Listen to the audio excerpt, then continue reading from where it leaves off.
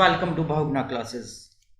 आप लोग अपनी स्क्रीन पर देख रहे हैं ट्रिग्नोमेट्री का एक इंपॉर्टेंट क्वेश्चन मैं लेकर आया हूं जो कि ट्रिग्नोमेट्रिकल आइडेंटिटीज चैप्टर से लिया गया है।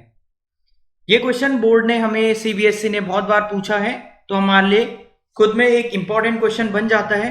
आइए देखते हैं इसे कैसे सॉल्व करना है हमें। सबसे पहले हम लोग सारे ट्रिग्नोमेट्रिकल फंक्शंस को साइन और कॉस की फॉर्म में ब्रेक कर देंगे। तो ये हम देख पा रहे हैं 1 प्लस कॉट ए को हम लोग लिख सकते हैं कॉस ए अपॉन साइन ए, और इसी तरह से कॉसेक ए को लिखा हम लोगों ने 1 अपॉन साइन ए। ये हमारा पहला ब्रैकेट बन गया। इसी तरह से 1/tan ए को हम लोग लिख रहे हैं sign A upon cos A, और इसी तरह से सेक ए को लिखा हम लोगों ने 1/cos ए। हम अपने LHS लेकर चल रहे हैं।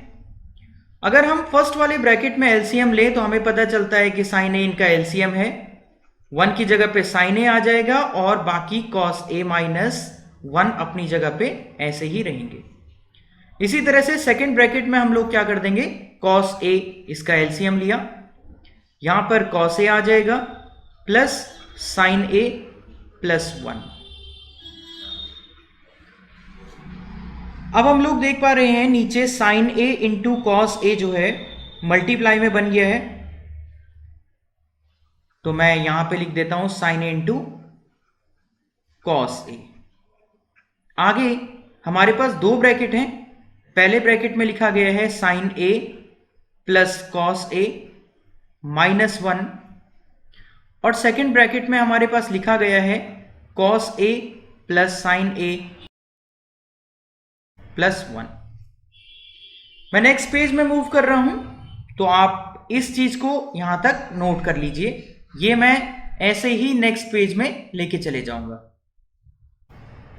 Okay, alright. हमारे पास बच्चों रह गया था 1 upon sine A into cos A, और 2 ब्रैकेट बने थे। एक में लिखा था sign A plus cos A minus 1, और सेकेंड ब्रैकेट में sign A plus cos A plus 1। या आप एक बार फिर से देख लीजिए इसको कंफर्म करने के लिए। यह हमारे पास यही चीज मैंने दोबारा पीछे लिखी है, sign A plus cos A minus 1, और एक cos A plus sign A plus 1 है।